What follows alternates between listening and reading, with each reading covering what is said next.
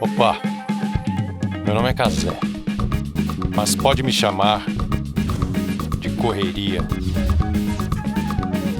Meu nome é Correria, apoiado pela Philips Audio Vídeo. Acesse loja.philips.com.br e conheça a linha completa, desde fones de ouvido, caixas, Bluetooth, TVs, enfim, aquela experiência de som e imagem com a tradição que você já conhece. Philips Audio Vídeo, vamos viver o mundo sem interferência. Vamos nessa, vamos junto. Então, começando mais uma edição do nosso querido podcast com ele, Master Correria, Rodrigo Oliveira. Ele é mais conhecido como o cara do Mocotó, do restaurante Mocotó, mas aqui a gente vai descobrir todas as correrias dele e como é que ele faz para agilizar todas essas paradas ao mesmo tempo. Não é brincadeira não, Rodrigo, muito obrigado pela tua presença aqui. É nóis, obrigado pelo convite. Delícia estar aqui, meu. Cara, a gente está muito feliz com a sua presença.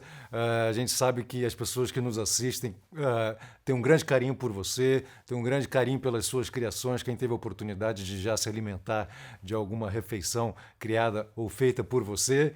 E a gente tem muita curiosidade de saber como é que você organiza toda essa correria. Então, para a gente começar, quais são as suas correrias hoje em dia? Quais são as atividades que você está empreendendo, vamos dizer? Vamos à lista, né? Vamos lá. Talvez a mais importante de todas e mais complexa, ser pai de 5 crianças. Já começamos, começamos no topo da lista. Pois é. 5 crianças e qual faixa de idade? De 12 até 4. De 12 a 4. Eu tenho que fazer a conta, né, para não esquecer nenhum. 12, 11, 6, 5 e 4. Uau, com certeza. Essa é a gangue. Então vamos lá. Correria, paternidade. Cuidar de um restaurante que é uma segunda família, né? E, na verdade, os restaurantes. O Mocotó, nosso restaurante original na Vila Medeiros, está quase completando 50 anos. Trabalham mais de 60 pessoas lá. O Balaio IMS, dentro do Instituto Moreira Salles, na Avenida Paulista. Os cafés que orbitam o Mocotó, né? Como no Mercado de Pinheiros. Sim. Comecei também um projeto acalentado por muito tempo, que é a produção orgânica de alimentos no interior de São Paulo, num pequeno sítio, que eu e a Adriana Salai, minha esposa, começamos há quase 2 anos, então está frutificando agora. Nosso projeto social que nasceu no meio da pandemia, na verdade não é bem um projeto, é uma ação, porque a gente não planejou nada, a gente simplesmente começou a fazer, que é o Quebrada Alimentada. Isso ocupa hoje uma boa parte do nosso tempo, lá, meu e dela, e da família Mocotó. Dei uma paradinha agora por causa de uma pandemia que houve nos treinos, mas eu luto jiu-jitsu há quase 20 anos, mais ou menos, entre idas e vindas, então é uma das minhas paixões, né? Ando de bicicleta, especialmente mountain bike, sou aficionado também, tá no hall do lazer. E devo ter esquecido de alguma coisa, mas... A gente foi lembrando à medida que for caminhando a conversa. Pô, muita correria, hein, cara? Muita coisa mesmo. E ainda encontra espaço para estar num podcast, por exemplo, para participar de um podcast. Qual é o papel do podcast dentro de toda essa sua estratégia aí? Por que você vem, ao ser convidado, para participar de um podcast como esse? Olha, acho que está dentro de um papel, né, que o chefe de cozinha tem hoje, é de ser o porta-voz de uma mensagem, né? Porque o chefe de cozinha é um cozinheiro, né, que cuida de outros cozinheiros, né? É um cargo, né? Não uma formação. E só que foi dado um espaço para esse profissional e um poder de comunicação que mudou a história da nossa carreira. Quando eu comecei a estudar gastronomia, isso foi em 2003, era super novo, no primeiro curso superior de gastronomia do país, as pessoas não sabiam o que era. A gente perguntava para ser médico do estômago, alguma coisa. Gastronomia. Então, acho que estar aqui significa honrar essa responsabilidade, né, de ter ganhado espaço, ter ganhado voz, né? Os profissionais como eu estão aí na lida da cozinha, liderando cozinhas especialmente, e buscar contar um pouco da nossa história e passar uma mensagem, né? Porque o que é um restaurante se não um espaço de restauração, né? A Adriana, que estuda, né, esse universo, minha esposa, historiadora, ela disse muito bem, um restaurante serve para que as pessoas saiam dali melhores do que entraram. Então, talvez seja um jeito de levar um pouco, aumentar o alcance do restaurante, né? E tentar... nunca tinha pensado nisso, na origem da palavra, né? De Sim, restaurar, né? Interessante exatamente. mesmo. O primeiro restaurante surgido na França tinha esse nome, né? Justamente por causa dessa função restauradora. E hoje você vai num restaurante e sai largado de lá, né? Mas os caras levam de maca, né? Tinha uns caras que comeram aqui uns parmegianos antes da gravação e não estavam conseguindo ficar de pé aqui. Cara. Acontece às vezes. Acontece. Até no Mocotó, não vou negar. Uau, mano. Restaurante. Quer dizer, assim, eu vi uma vez a frase de um filósofo falando que o restaurante poderia restaurar tudo que está ao seu entorno. O filósofo Rodrigo Oliveira? Seria? Muito prazer. Eu esqueci de falar. Filosofia de botequim.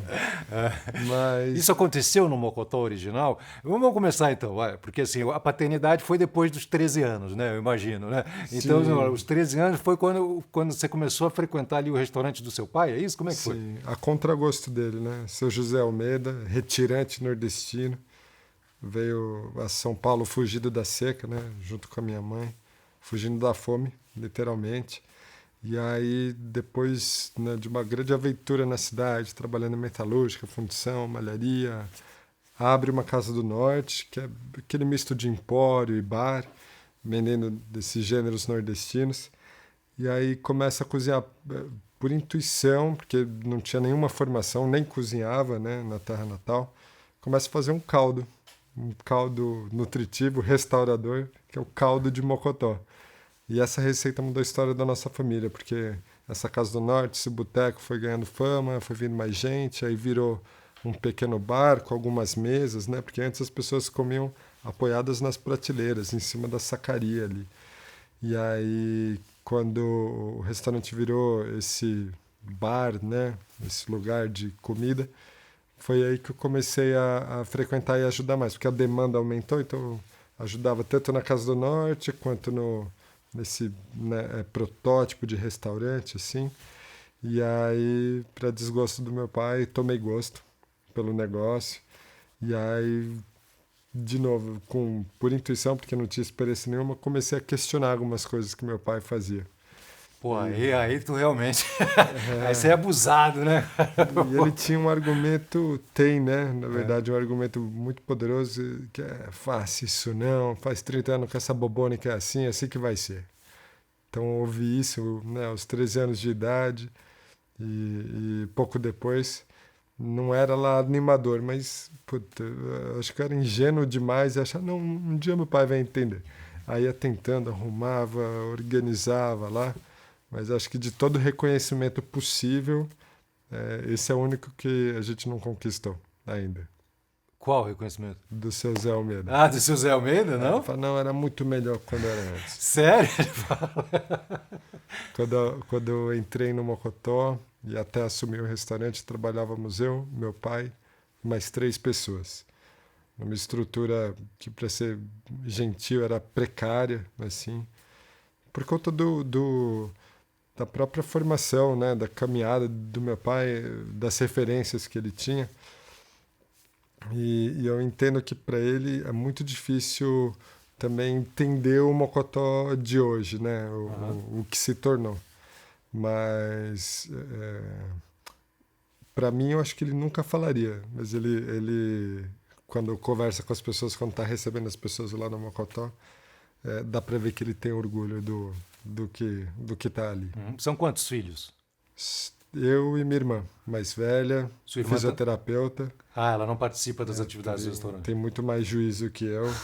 Já tratou logo de seguir a carreira. Eu comecei em engenharia ambiental, depois gestão ambiental, até por fim largar, criar coragem e estudar gastronomia. E seu pai não queria mesmo que você trabalhasse no restaurante? Não Nunca é, não é quis. uma figura de linguagem quando você fala que ele não gostou muito? Não quis. Nunca quis. Ele Por quê? sempre torceu para ver os filhos, enfim, formados, né, em primeiro Sim. lugar, e numa carreira que Tradicional. não fosse tão sofrida, né, tão que não custasse tanto, porque a vida do meu pai era trabalho, né? Era talvez isso tenha sido o motivo de aos 13 anos eu fazer tanta questão e brigar para poder ir lavar louça, limpar banheiro, servir mesa, ajudar na cozinha. Não nessa ordem. Você não limpava o vaso e depois servia a mesa. Não, isso foi lavar a mão. Mas todo mundo fazia tudo. Quer dizer, imagina num time de 3, 4 pessoas, Sim. você abre a casa, você limpa tudo, você faz as compras, você cozinha, arruma o salão, você serve, você cobra. É a realidade da maioria dos empreendedores, né? Especialmente no começo da sua jornada, você abraça o negócio, né? Você está ali pela causa. Então, nossa realidade é de nenhuma maneira diferente. Você né? não tinha afinidade com a cozinha nesse momento. Você começou trabalhando, tocando as paradas mesmo em torno do rango. Eu gostava, mas minha primeira grande ocupação foi a pia, né? Eu lavei tanta louça que eu acho que um dia eu vou ser reconhecido com o título honoris causa de PhD. PhD. Porque, olha, antes das máquinas de lavar louça, sabe, todos esses artefatos na mão mesmo, eram pilhas e pilhas e pilhas, Sim. cumbuca, talher. E aquela tristeza quando chega o bucket novo, né? Você tá acabando ali, chega mais prato. Eu lavei, tive uma experiência, mas era com máquina de lavar. E mesmo assim era difícil, cara. Pesado. Era pesado, bem pesado mesmo. Fico imaginando assim, sem, né? Como você colocou. E aí, bom, tudo bem, você começou nessa parte, aí como é que você foi entrando para a parte de cozinhar mesmo? Como eu disse, todo mundo fazia tudo, e aí na cozinha... Mas o caldo quem fazia era seu pai. Receitas todas naquele momento do meu pai. E era um jeito de cozinhar muito peculiar, sabe? Muito prático, muito direto, muito limpo, assim, sabe? Sem rodeio, sem excesso. Meu pai... E acho que a maioria dos sertanejos tem uma sensibilidade muito grande, sabe? Então, meu pai, intuitivamente, sem ler sobre colesterol ou gorduras trans, nada, cuidava para que o caldo tivesse sempre bem escumado, sem nenhum resíduo de gordura, era muito leve, era muito rico. O tempero da mesma forma, sabe, sem excesso de sal ou de condimentos, respeitando, né, o ponto, a textura das coisas. Isso veio do berço, né, desse chão sertanejo aí. E aí quando eu comecei a me envolver com ambientalismo dentro da engenharia ambiental, depois da gestão ambiental, e depois de algumas desilusões, né, nessa caminhada, percebi que, se eu quero salvar o mundo, eu preciso começar pelo meu mundo, né? Então, via o Mocotó, de certa forma, decadente ali. O Mocotó sequer tinha nome, né? Era a Casa do Norte da Vila Medeiros, Casa do Norte do Seu Zé. O bar do Mocotó. Eu falei, Mocotó. Esse é o nosso nome. É um jeito de honrar a nossa história e a história do meu pai. E aí, em 2001, então eu tinha 21 anos, né? 2000 para 2001, eu tive uma chance de ouro. Meu pai viajou para o sertão para passar 3 meses lá. Falei, putz, se eu não fizer o que eu imagino ser certo agora, jamais vou fazer. Larguei a faculdade, nem tranquei, a segunda faculdade. E aí me internei no restaurante para fazer as primeiras grandes reformas e cuidar de problemas graves, estruturais. Por exemplo, a cozinha não tinha coifa, o fluxo do restaurante era... Aliás, não tinha fluxo, né? Era algo meio caótico, assim. O lixo ficava do lado da cozinha, que ficava embaixo da caixa, que ficava... Puta, era um horror. Um horror. Difícil, desafiador. Restaurante pro Jacan, ir lá e... era desse tipo. E aí comecei a trabalhar nessa infraestrutura básica e começar a dar uma cara, né, uma direção para o restaurante. E aí eu falei, olha, pensei comigo, pode ser que eu não tenha o talento necessário para isso, mas eu vou tentar, é isso que eu quero fazer. E aí decidi fazer gastronomia. Tá, então você aproveitou esses 3 meses, seu pai foi para o sertão para dar essa geral, mas era uma geral estrutural, hardware, o hardware do Exatamente. restaurante. Você não chegou a mexer no software, não mexeu no rango ainda não tinha... Tá. E foi fazer gastronomia. Sim. E teu pai falou o quê? Pô, a terceira faculdade tu vai largar, mano? Olha, eu percebi algum conforto no meu pai por me ver continuar estudando, mas ele não fazia ideia do que era gastronomia, assim, o que eu ia fazer na faculdade, né? Se eu contasse para ele que eu ia aprender a cozinhar, ele... Mas realmente a faculdade me abriu as portas de um universo que eu desconhecia. Porque imagina, uma família sertaneja, né? Poucos recursos financeiros, sem também ter a cultura de frequentar restaurantes ou de viajar. Então o que eu conhecia era comida de casa, ponto. A gente não visitava restaurantes, eu não entendia o que era essa etiqueta do restaurante, esse mundo mesmo. E aí eu fiquei deslumbrado, literalmente deslumbrado. Todo dia para a faculdade pensando, meu Deus, obrigado por estar aqui, né? Obrigado por ver isso, obrigado por provar isso. E aí eu percebi uma coisa fundamental, que é a base clássica, os mandamentos da boa cozinha se aplicam a qualquer cozinha. Não importa se é tailandesa, se é italiana, se é marroquina, a técnica, o conceito, o direcionamento poderia ser levado para Vila Medeiros, né? Para a nossa cozinha sertaneja. E aí eu comecei, aí sim, eu me senti autorizado, né?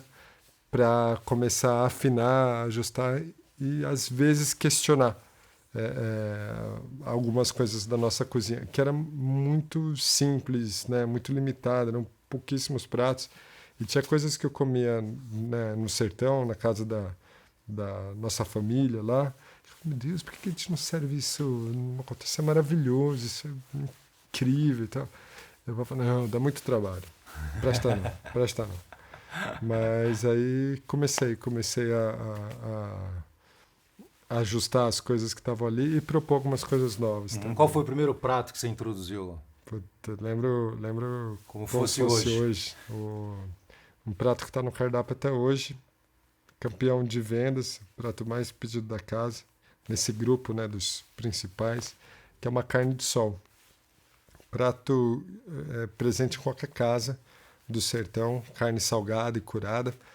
E aí eu preparei a nossa carne de sol, né, curada no restaurante, dourada na manteiga de garrafa, servida com alho assado, pimenta biquinho e chips de mandioca. E talvez a gente esteja na 50ª versão de carne de sol desse prato, mas esses elementos estão ali preservados. A carne de sol, hoje dourada na brasa, finalizada na manteiga de garrafa, uma cabeça de alho assado, daqueles que se desmancham, sabe? Quando você tira da casca, pimenta biquinho, uma pimenta sem ardor, que tem uma acidez, sabe, provocativa assim na boca, e chips de mandioca, né, fininho, super crocante, sequinho. Então esse é o primeiro prato que eu coloquei no cardápio, está no menu até hoje. E seu pai chegou a testar? Você serviu primeiro ele? Como é que foi? Você colocou no cardápio sorrateiramente? Meu pai provou e falou, é bom, mas não parece carne de sol, não. Ah, falou que não parecia. Presta não. Mas era uma releitura, assim? Não, era carne de sol. Talvez não. A novidade era a forma como era apresentada e como ela era, né, colocada ali com alho, a pimenta, os chips de mandioca. Talvez isso fosse inovador. Não à toa, é um prato que está há 16 anos aí, não, 17 anos aí, e continua sendo o nosso prato mais pedido. Uau! E o dadinho de tapioca? Você que inventou o dadinho de tapioca ou ele já existia e Sim, virou? É um prato típico da Quebrada, da Vila Medeiros. Você que foi o segundo prato? Não, foi depois. 15 anos. Esse ano completa 15 anos. Do dadinho? Do dadinho, Putz, foi de 2016. Bom, foi a evolução de uma receita que eu herdei de uma amiga, uma colega de faculdade, Adriana Simes. Era um bolinho de tapioca. levava queijo Minas, ovos e tal. E, puta, eu adorei. E ela, quando ela me ensinou, ela falou, acho que tem tudo a ver com mocotó. Eu falei, puta, legal, quero aprender. Ela me ensinou, aí eu comecei a fazer alguns testes. Era uma massa muito melindrosa, né? Você tinha que bolear muito rápido, porque depois que ela esfriava, usava uma gororoba, uma placa, assim. Aí parece uma história romanceada, mas é exatamente o que aconteceu. Eu tava lá na cozinha preparando o dadinho, né? Dadinho não, o bolinho de tapioca. Boleando a massa e tive que sair da cozinha, né? Pra ir pro salão. Na hora que eu voltei, a massa tava uma placa sólida. Xinguei, né? Mentalmente, assim, o mundo. E tava prestes a jogar fora. Eu falei, caramba, essa placa é consistente mesmo. Será que daria para cortar como uma polenta? Aí comecei a cortar como uns palitinhos, assim, só uns tijolinhos. E, putz, dá. E fica ótimo, fica super crocante, as quinas, né? Falei, caramba, e não tem que bolear, né? Que maravilha. Aí comecei a fazer esses palitos, né? Esses cubinhos de tapioca. E aí uma cliente falou uma vez, olha, isso é maravilhoso, mas se fosse menor, mais fininho, como uns palitinhos, sabe? Ia ficar bem mais gostoso. Eu falei, meu Deus, não sabe de nada, né? Pô, se fizer fininho ele vai se quebrar todo. Eu falei, mas ela tem razão, né? Se ele for menor, ele tem mais superfície, né? Proporcionalmente, vai ser mais crocante. Eu falei, se eu fizer um quadradinho, um dadinho, e aí foi quando o bolinho de tapioca, que era como a gente, né, servia, não estava nem no cardápio, eu fazia nos finais de semana, assim. Aí foi aí que o bolinho virou dadinho de tapioca. E aí ele é servido com molho de pimenta agridoce, com alho, vinagre de frutas, caramelo e... É uma delícia, cara. Então você inventou, porque eu fui procurar, aí vi um monte de gente falando da dadinho de tapioca, falei, não, peraí, isso aí, essa polêmica a gente precisa resolver no programa. Isso tá bem documentado e assim, tenho maior orgulho, não por vaidade, mas por comprovar uma teoria de que uma tradição, ela nasce de uma inovação, né? O que é uma tradição? É uma inovação que deu certo, que aportou valor, né, a determinado produto e você começa a reproduzir isso. Então, cada vez que eu vejo o dadinho servido em algum restaurante estrelado, num buffet, quando as pessoas fazem em casa, quando aparece num programa de televisão, pô, me sinto muito mais homenageado do que plagiado, né? E fico super feliz de ver dadinho sendo feito ao redor do mundo, né? Os clientes do Mocotó viajam, ou a gente às vezes está fora no evento e dá de cara com dadinho de tapioca. Em São Francisco, no Museu de Arte Moderna, servem dadinho. Sério? No restaurante de um chefe estrelado lá. Em Paris, no Le Dauphin, do Jacques Pipart, um tremendo chefe. Tem dadinho. Tem dadinho? Como chama? Ledadinho? Tapioca. Tapioca. Muito bom, cara. Mas ledadinho é um nome bom. Ser. E a receita é simples, assim? É uma parte de mandioca, uma parte de queijo? Sim, ela tem uma matemática muito bonita e a receita... Eu fui simplificando a receita ao longo do tempo. Então tem uma parte de tapioca, uma parte meia de queijo de coalho, 2 partes de leite. Uma pitada de sal, uma pitada de pimenta do reino branca, que é o que dá característica para o nosso dadinho e tá. Um abraço. Puta, é muito bom, cara. A primeira vez que eu comi no Mocotó foi com a equipe da Liga. Eu fazia Liga na TV Bandeirantes. A gente tinha gravado uma matéria e a gente foi para lá. E tivemos de esperar muito, né, cara? A fila lá é uma fila crônica, faz parte da história, né? Tipo, se não pegar a fila lá no Mocotó, não tem graça. Faz parte da experiência, inclusive, é quando você vê essa diversidade, né, que o Mocotó propõe, porque a gastronomia é cada vez mais exclusiva, né? Para quanto menos gente for, quanto mais raro, quanto mais caro for, em teoria melhor, né? Mas a gente já está tão segregado, né? Tem o que tem de melhor já é para tão pouca gente. Será que na hora de comer a gente não poderia estar mais perto, né? Comer mais parecido? E por isso que o Mocotó propõe uma experiência muito mais inclusiva do que exclusiva. Então, se chega o dono do banco, se chega o motoboy, se chega o artista da TV, se chega, né, a família do bairro, todo mundo é recebido da mesma maneira. Uhum. E assim a gente entende que a inclusividade que poderia ser, de uma certa forma, constrangedora, porque o dono do banco não está acostumado a ficar do lado do motoboy. Mas quando eles percebem que não há diferença de tratamento, né, isso vai relaxando a galera, vai deixando todo mundo mais tranquilo. Uhum. E, de alguma forma, e o Mocotó é um restaurante improvável mesmo, de alguma forma funciona, mas é difícil explicar essa fórmula aí. Bom, você falou do Dadinho, foi uma criação que foi a criação a partir de algo que teoricamente deu errado, né? Que a massa não podia ter esperado e, enfim, acabou ficando lá e você reutilizou. Quando você vai criar um prato, um cardápio, como é que você se inspira? Onde você busca inspiração? Como é que é o processo, assim, processo de pesquisa e tal, não sei o quê, e o processo de execução? Você faz de dia, faz de noite, tem um horário, tem um momento, ouve música, como é que é? Boa, Casé. O processo de criação pode ter muitos gatilhos, né? No caso da cozinha, um dos mais comuns, não só para mim, acredito, para a maioria dos cozinheiros, é o próprio produto, né? O ingrediente.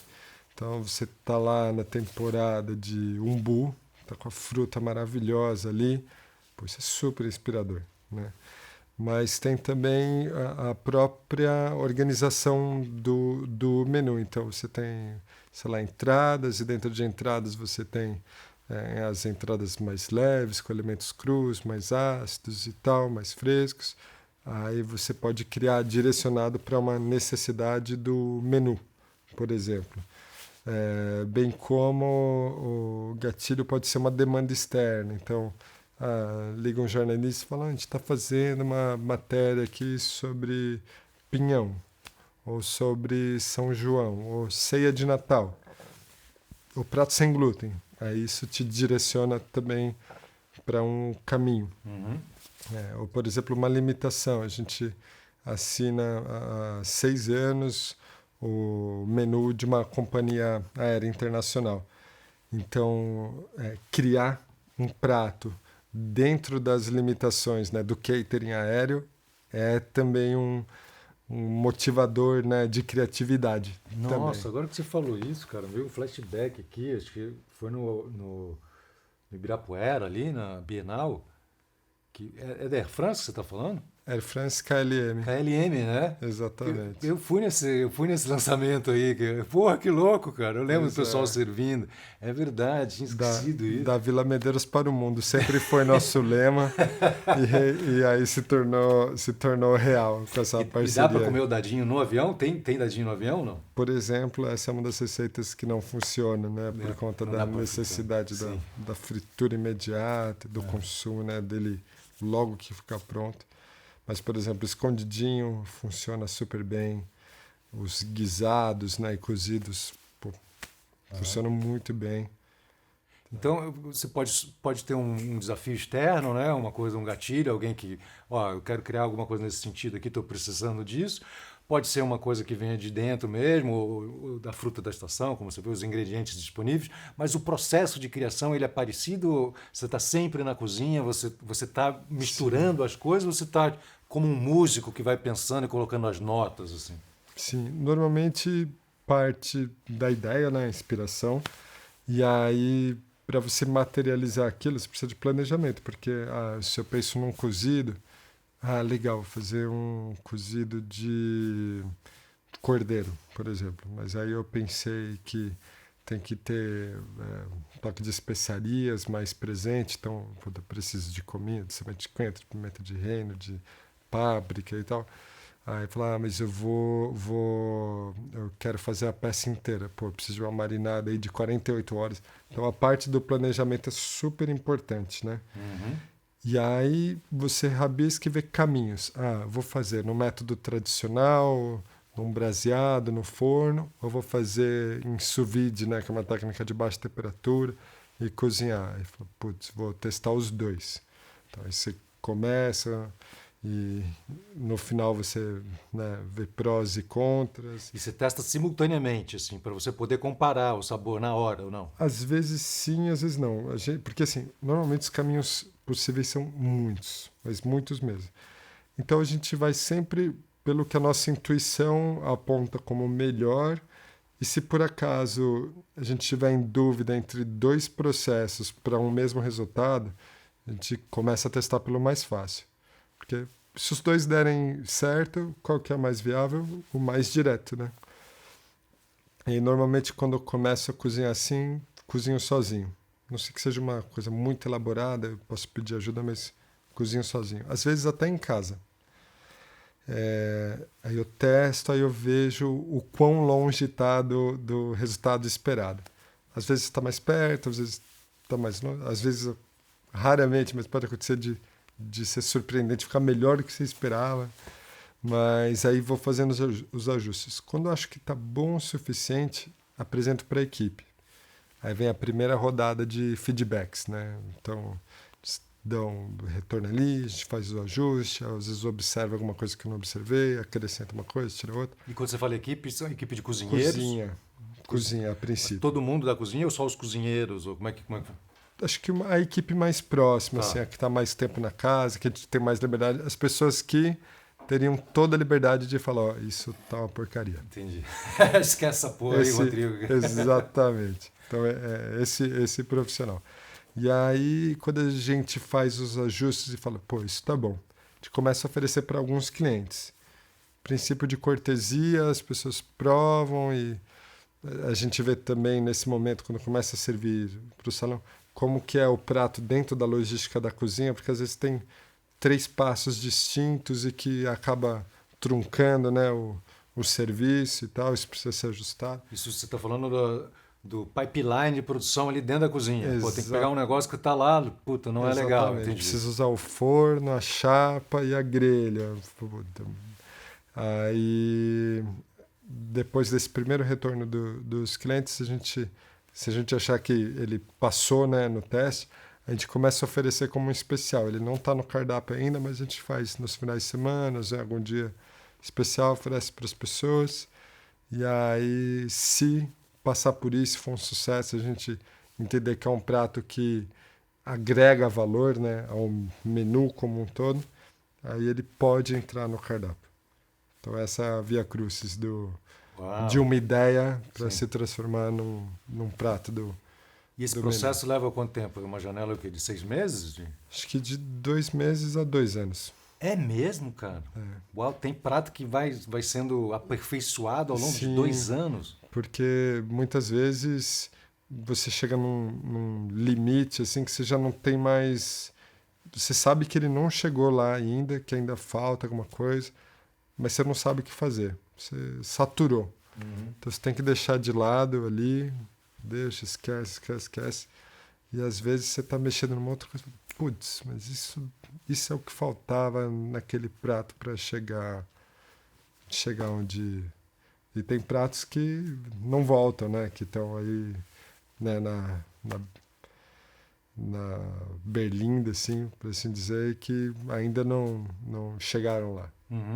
Agora, pensando assim, um dos recursos que a gente tem como executor, né, ou como criador, seja, enfim, como ser humano, é o recurso de tempo, né, que é limitado, 24 horas. Né? Você relatou uma série de atividades, aí, uma série de corre.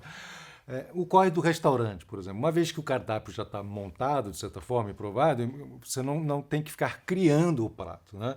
E aí, como é que são as outras funções suas relacionadas a tocar o restaurante, né? Ou você já conseguiu construir uma equipe que toca isso sozinha e você parte para as outras parcerias ou para as outras atividades como o mountain bike, como o jiu-jitsu? Como é que funciona? Quem dera ter mais tempo para essas, mas hoje lido também com uma demanda extra restaurante, acho que faltou na lista dos afazeres, que eu não gosto muito dessa palavra, mas acho que é o que é de garoto propaganda, né? Então... Porta-voz.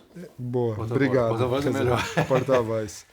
de marcas e produtos que a gente entende que tem, sabe, Sinergia. coerência, sinergia com as coisas que a gente acredita, né? Então, por exemplo, nunca vou falar de margarina, porque eu não uso, não gosto sabe, mas por exemplo, de azeite eu falo.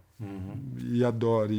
E o azeite que eu vendo, né? É o azeite que eu compro para minha casa, é o azeite que eu compro para o restaurante, sabe?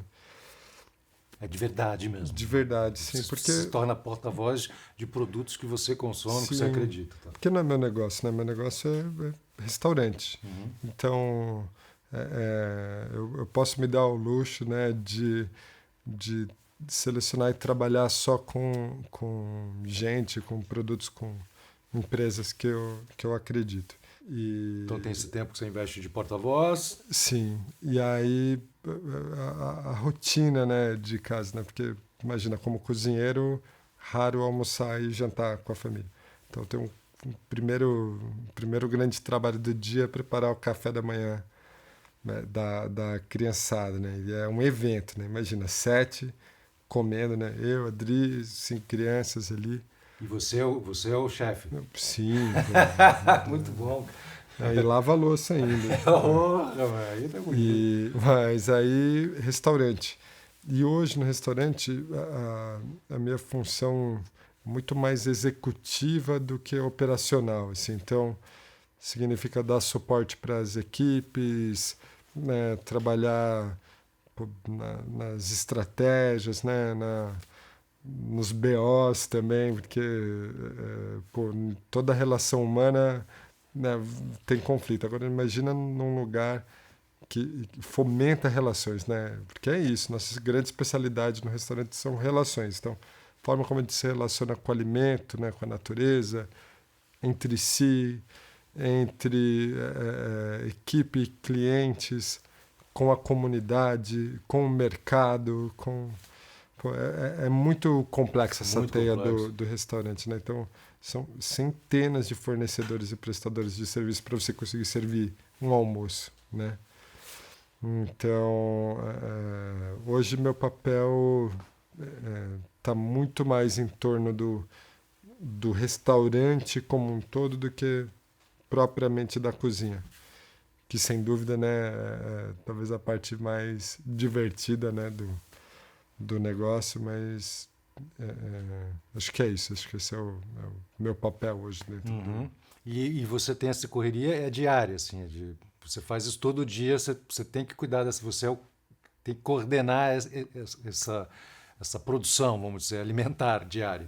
Sim, olha, já me ausentei por períodos, por exemplo, falando do Mocotó, né?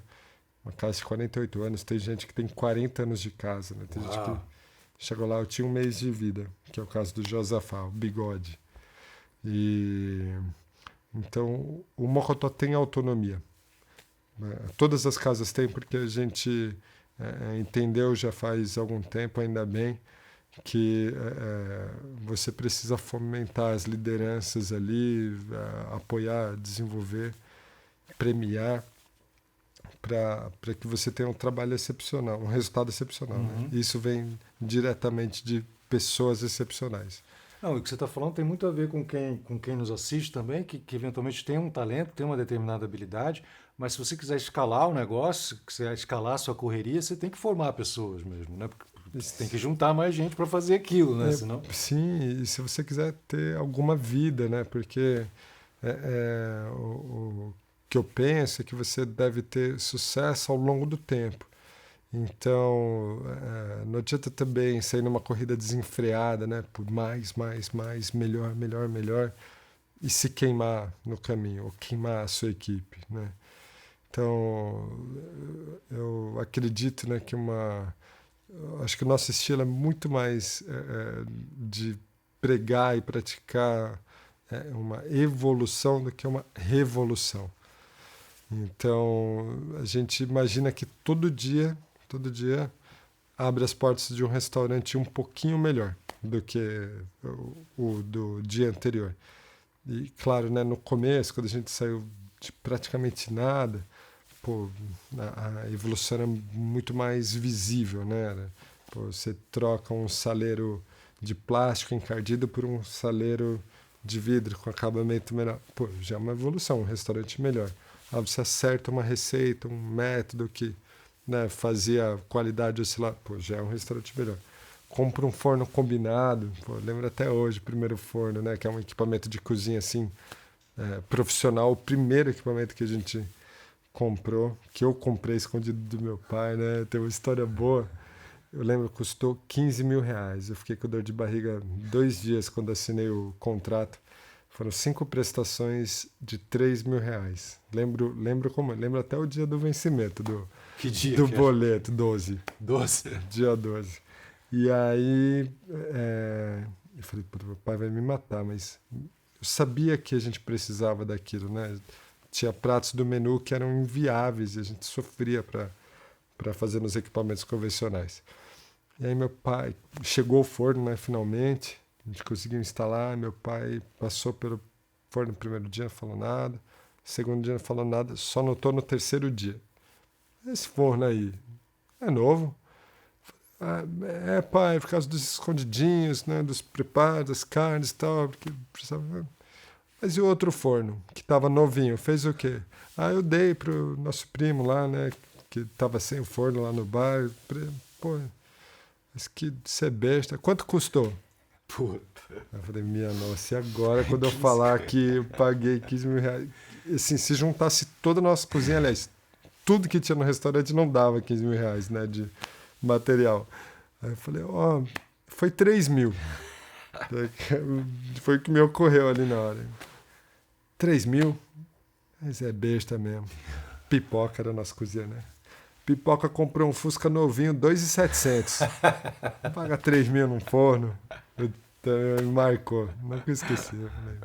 Pensei, né? Sou besta mesmo. Forno mais caro que o Fusca. Foi mais novinho. caro que o Fusca. Novinho, Agora, né? o que é um forno combinado? Eu não sei o que é. Forno combinado é equipamento de alta performance, né? E o termo combinado vem da junção da convecção, que é o ar forçado dentro da câmara, né, do forno, com vapor.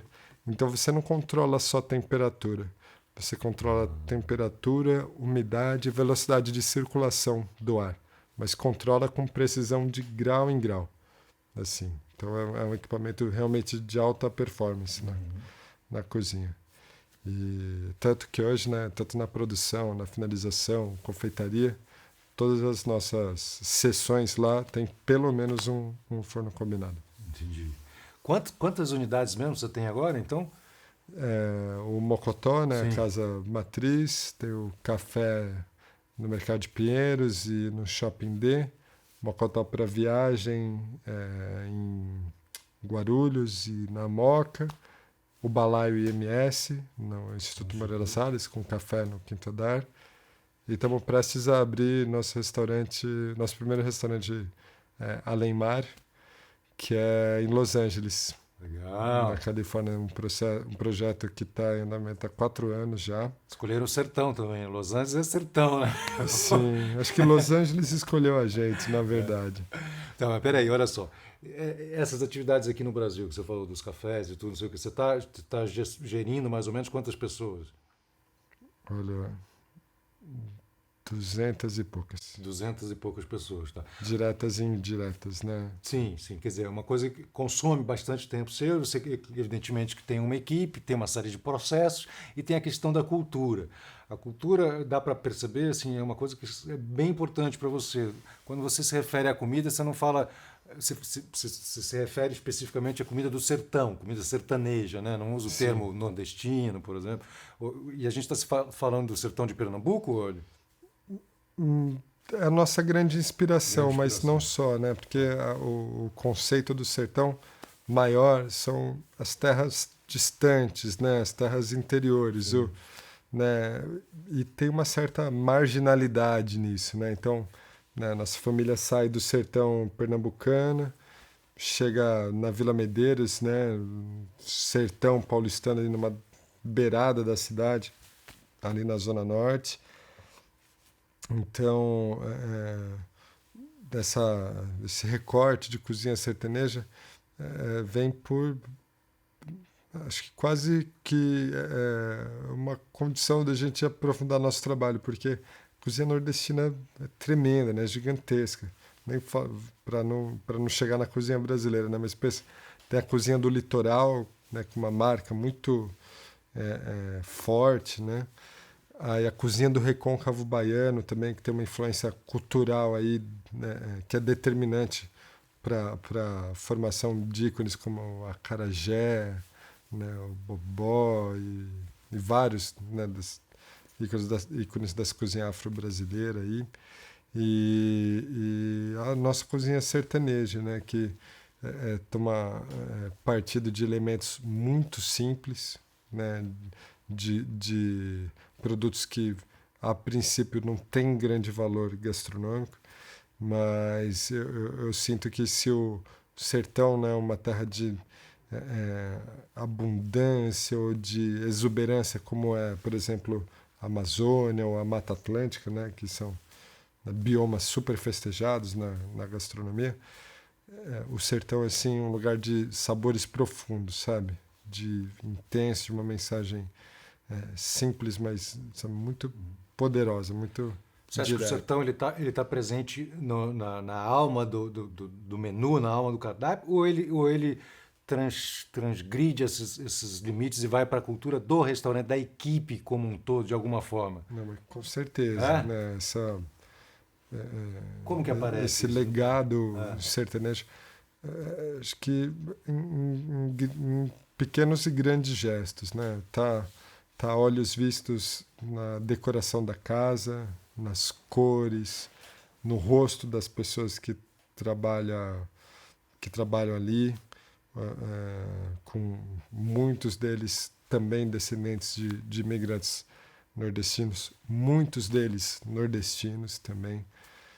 Ou seja, né, tá nos sotaques, tá no cheiro, nos temperos, na comida.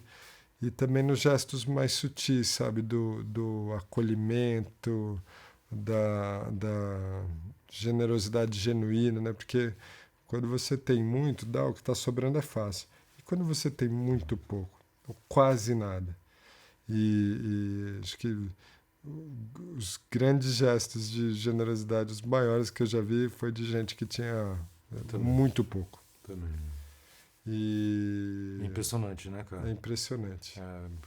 Você fica emocionado, sente uma coisa que é inacreditável mesmo. Sim. Fala, como pode, né, cara? Como pode ter tanta generosidade, tanta... E como é que você vai transferir? Você está falando, pô, agora vocês vão para Além-Mar, Los Angeles te escolheu. Como é que vocês vão transferir essa cultura do sertão para lá? Lá a gente tem já um trunfo, que é a presença de um grande chefe, que é o Vitor Vasconcelos, que eu conheci na faculdade, e quando recebi o convite para um restaurante lá, eu primeiro declinei, né? Falei, olha, pô, demais, mas hoje eu não tenho condição de tocar um outro projeto, muito menos lá. E aí foi um namoro, era um headhunter, né? Um caçador lá de um grupo restauranteiro californiano que queria alguma coisa nova, né? E aí ele se encantou com o Mocotó e me azucrinou literalmente até eu ir lá conhecer. Eu falei, ó, eu vou, mas eu compro minha passagem, eu não quero nenhum compromisso, porque, ó, de verdade, não tenho condição de assumir um projeto agora. E o Vitor tinha me confidenciado que a esposa dele já tinha morado na Califórnia, estava doido para voltar para lá, largar tudo que estava fazendo e voltar. Eu falei, Vitor, quero te apresentar umas pessoas, cara, que eu acho que pode ser um bom parceiro para você lá. Porque eu queria me livrar, né, dessa coisa. E aí eu sempre tive vontade de fazer um curso de panificação numa escola californiana. E eu falei, puta, quem sabe é a chance? Eu liguei na escola, descobri a agenda de cursos, vi o que eu queria fazer. Eu falei, olha, eu tenho uma brecha nessas datas aqui, que era justamente para coincidir com o curso, né? E aí eles falaram, não, tá ótimo, tá ótimo. Eu falei, tudo bem, então eu vou. E aí desembarquei na cidade. Primeiro lugar que eu fui foi um dos restaurantes desse grupo, um lugar chamado Bestia, um chefe israelense fazendo uma cozinha italiana com alguma influência desse Oriente Médio, assim, um restaurante alucinante, assim, acho que tem uns 200 e tantos lugares, mas uma vibração, uma comida extraordinária. Falei, meu Deus, o que é isso? Falei, caramba, tô perdido, eu vou falar assim, no final da noite. E realmente foi nesse momento que eu pensei, pô, legal, a gente tem a chance sim de trazer um Brasil para cá que desminta, né, essa imagem caricaturada do país, né? Do samba, da floresta, da mulata, não, As entranhas, quer levar as entranhas mesmo. a gente quer mostrar um Brasil essencial, né? Verdadeiro e contemporâneo, né? Porque a cozinha é um elo muito delicado entre, né, cultura e natureza, né? Você não cozinha sem prestar homenagem aos ingredientes, mas cozinhar um gesto essencialmente humano e cultural.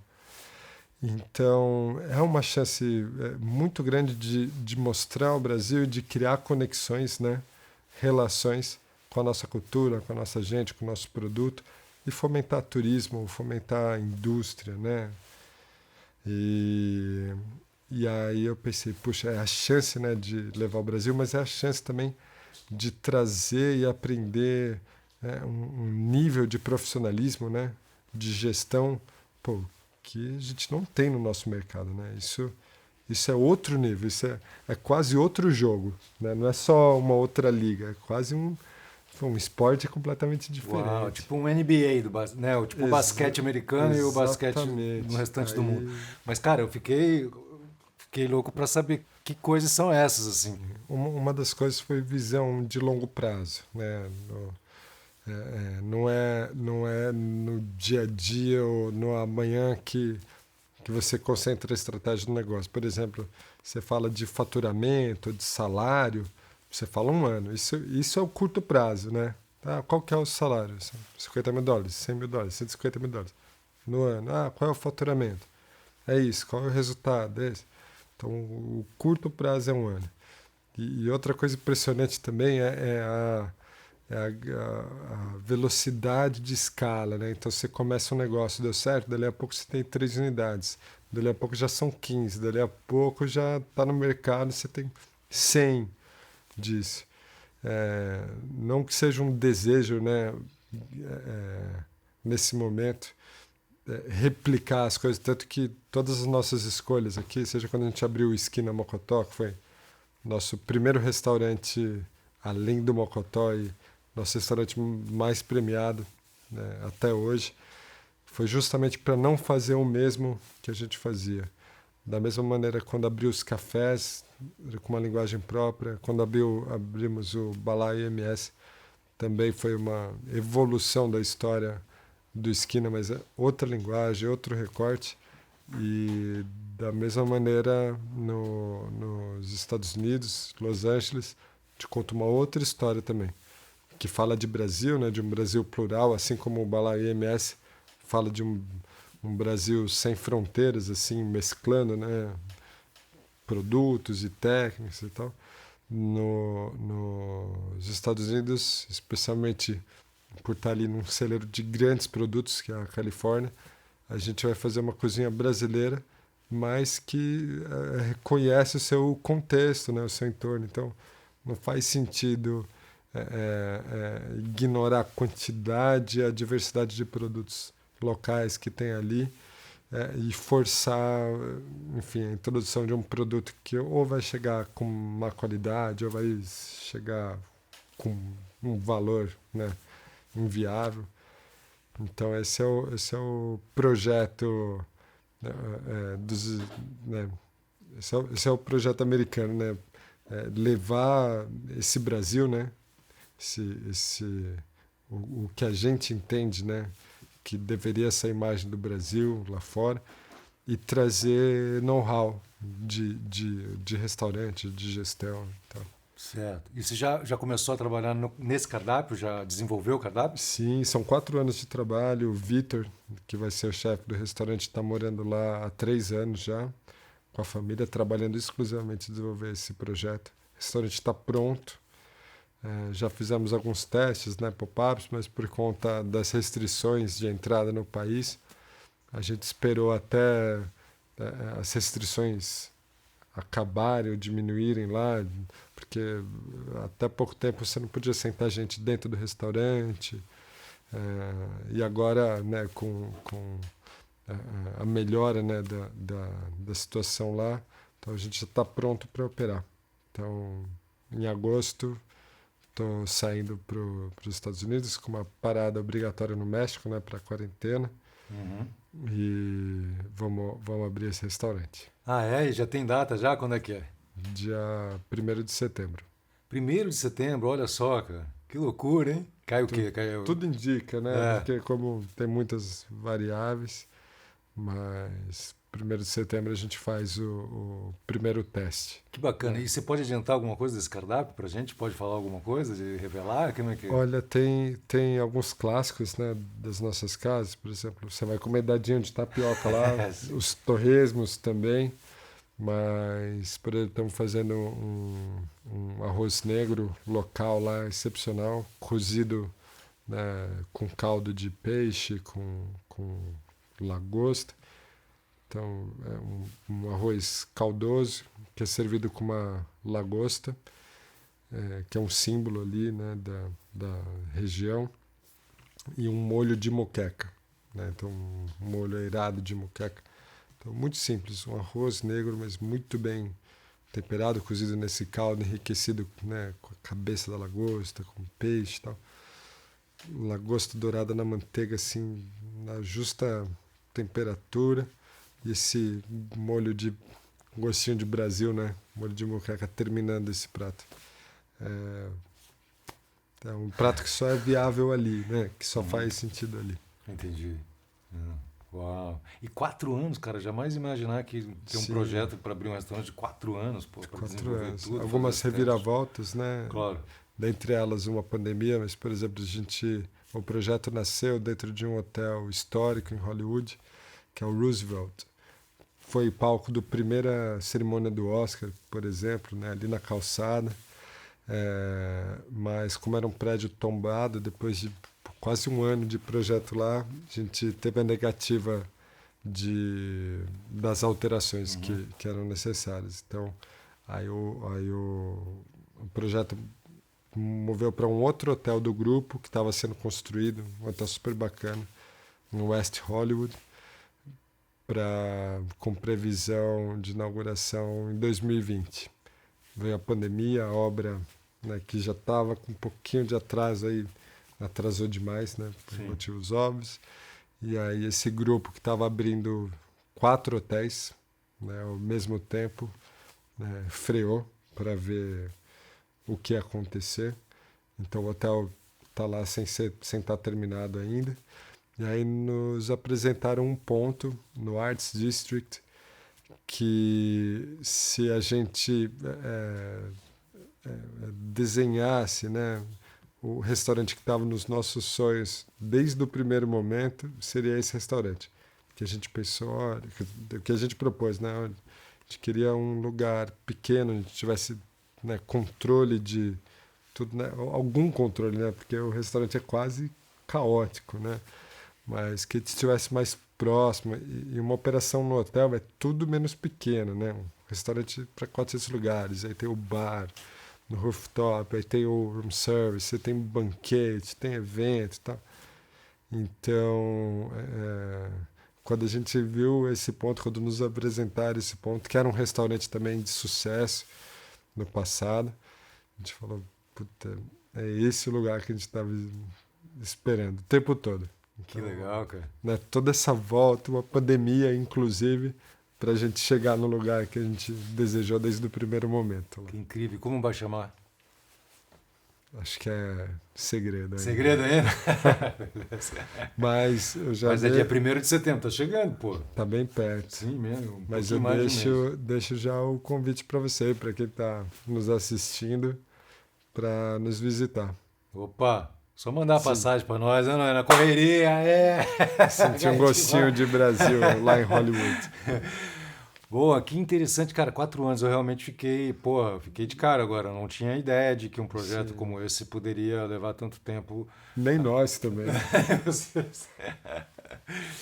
E aí a criação desse cardápio, você falou, pô, tá servindo lagosta, tá levando em conta uma série de ingredientes que estão disponíveis para você naquela região dos Estados Unidos e tal. É, Como foi criar isso? Como foi essa criação, cara? Né? Como você juntou as duas coisas, o sertão e essa fartura de ingredientes ali californiano? Isso só é possível ser feito se você tiver realmente entendimento do local, né? Do seu contexto ali. Então, o Vitor, morando, que é um grande chefe, eu digo para ele, pô, você não precisaria de mim para esse projeto, né? Tanto que a minha ideia no começo era que fosse um projeto solo. Só que faziam questão de ter a marca do Mocotó, né? E a minha participação. E aí a minha condição foi, eu só vou se o Vitor estiver lá. E, como disse, é um grande chefe que vive lá há 3 anos. Então, tá toda semana nos farmers market, fazendo contato com açougueiros, contando como a gente imagina nossos cortes, qual tipo de carne a gente quer, falando, levando sementes, né, de produtos brasileiros para agricultores de perto cultivarem, sei lá, pimenta de cheiro, pimenta biquinho, ora pronobis, sabe, esse jambu. E só é possível fazer essa união se você tiver algum conhecimento de causa, né? Então, depois de 3 anos, o Vitor já entende a cidade, né? E 3 anos visitando restaurantes, né? Tentando decodificar essa linguagem, né? Do consumidor local ali. Então, acho que vai dar samba. Uhum. Quer dizer, a gestão de um restaurante, uma bem-sucedida gestão envolve isso tudo que você está falando, né? Não é simplesmente como se fosse pouco também, a cozinha, se cozinhar, mas tem que pensar nos ingredientes, de onde ele vem, se você consegue ele ao longo do ano inteiro, né? Quer dizer, a complexidade realmente é muito grande, tanto que você hoje em dia passa menos tempo do que você gostaria na cozinha, passa mais tempo nos calls, nas reuniões, nas coisas e tudo mais. A gente sabe que para você ter sucesso num período mais longo, você precisa ser resiliente, né? Porque muitas coisas acontecem e você precisa se adaptar. Você trouxe o assunto da pandemia agora, de como a pandemia interferiu no desenvolvimento do restaurante lá em Los Angeles. Eu queria saber como a pandemia interferiu. Com certeza o setor de restaurante e comida foi atingido em cheio, vamos dizer assim, né? Porque os salões não podem funcionar e tal. O que aconteceu com vocês? Conta pra gente o que foi o Mocotó ser avassalado pelo tsunami da pandemia, como vocês reagiram, né? E me conta também um pouco dessa parte da sua sensibilização com relação à grave situação que nossa população está vivendo de insegurança alimentar. Praticamente metade da população está nessa triste posição, né? Sim. Você já assistiu Vingadores? Sim, sim. Tem o super vilão lá, o Thanos, e quando ele consegue, né, aquelas joias lá, ele estala os dedos e metade do mundo desaparece, né? Cara, foi essa sensação, sabe? Num estalar de dedos, só que não metade, 90% do nosso negócio desapareceu. Desapareceu, da noite para o dia. E isso mostra que um restaurante não vende arroz e feijão, nem vinho, nem... Ele vive de juntar as pessoas. Esse é o nosso negócio. Enquanto os supermercados prosperaram aí, né, tiveram lucros recordes nesse período, os restaurantes foram dizimados, assim. E nossa boia de salvação, delivery. Foi o que quem já fazia delivery, como nós, reforçou esse serviço. Quem não fazia teve que aprender a fazer. ali no meio. E no começo, a gente, pô, mas será que vai ficar a semana inteira fechada? Pô, será que vai ficar um mês fechada? Pô, lá se vai 1 ano e meio, a gente ainda está, né, enfrentando sérias restrições. Mas a gente assumiu, né, internamente alguns compromissos quando se deu conta, né, de que a pandemia tinha chegado mesmo. E um deles era, o primeiro deles, inclusive, era fazer tudo possível para ajudar a conter o avanço dessa doença, né, e seus males. E no começo também a gente ouviu algumas pessoas falando, agora a pandemia nos iguala a todos, não importa se você é rico, pobre, preto ou branco, homem ou mulher, a pandemia não faz distinção. Puta, maior engodo possível, né? Porque quem mais sofre no cotidiano, sim, mais sofre nas crises, né? E é o primeiro a pagar. Então a gente sabia que no nosso entorno, na nossa comunidade, né, que tem suas vulnerabilidades, a pandemia, a crise, né, seria cruel. Então, no dia que a gente decidiu fechar o restaurante, a gente decidiu fechar antes mesmo do decreto, porque não sabia se era seguro, né? A gente decidiu que ia cozinhar. Por isso que eu digo que é mais uma ação do que um projeto, porque a gente não fazia ideia, a gente só falou, não, o que a gente sabe fazer? Cozinhar. Como é que a gente vai ajudar as pessoas? Cozinhando. Então, junto com a associação, né, do bairro, que faz um trabalho, né, super importante lá, nossos parceiros de muitos anos, a gente falou, olha, a gente vai começar a cozinhar. Se souber de alguém que precisa, todo dia, a partir das 11, a gente vai começar a entregar as refeições. No dia que a gente decidiu fechar. E assim foi feito. Primeiro 60 refeições, aí logo no dia seguinte 80 e 100. Chegamos a 200 por dia, já fizemos ações com 3.000 refeições num dia e hoje já são quase 90 mil refeições entregues. E logo que a gente começou a fazer, e a gente, né, foi o mais discreto possível, porque morria de medo de não conseguir atender, né, a demanda. Um vizinho viu aquilo, imagina, no começo estava todo mundo trancado em casa, sem saber o que fazer, e a gente estava lá, né, enfim, abrindo nossa casa para cozinhar para quem estava precisando mesmo. E aí um vizinho viu aquilo, postou uma foto e viralizou, assim. A gente não entendia o que estava acontecendo, porque um monte de gente começou a ligar e eu falei, meu Deus, e agora o que vai acontecer? Vocês estavam fazendo essas refeições com recursos próprios? Só com os nossos recursos. Tá. Com a nossa gente, né, o nosso pessoal, com, né, os nossos produtos. Foi uma decisão que você tomou? Você falou assim, não, eu tenho um caixa aqui e eu quero usar esse caixa para manter a cozinha. E um estoque cheio de produtos também, né? E aí, né, é verdade, muita gente veio pedir ajuda a partir, né, dessa notícia. Mas muita gente mesmo veio oferecer ajuda. Colegas restauranteiros falaram, olha, Rodrigo, estou aqui com o estoque cheio, posso levar aí? Caso do chefe Luca Gozani, do Fazano, grande amigo, eu lembro até hoje, estava sentado na cozinha com a Adriana, assim, pensando, meu Deus, o que a gente vai fazer, né? Primeiro, como a gente vai sobreviver a isso? Segundo, como a gente vai ajudar, né, essas pessoas que estão aqui à nossa volta? E tarde da noite ele liga, eu falei, meu Deus, o que será que aconteceu, né? Ele falou, Rodrigo, tô aqui com magre de pato, tenho burrata, tenho os molhos, tenho não sei o quê, posso levar aí? Aí chegou com uma van lotada, assim, até o teto de produto. Então imagina, por dias a gente serviu na quebrada comida que é servida no Fazano, né?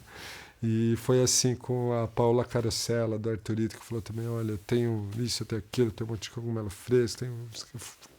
Claro, né?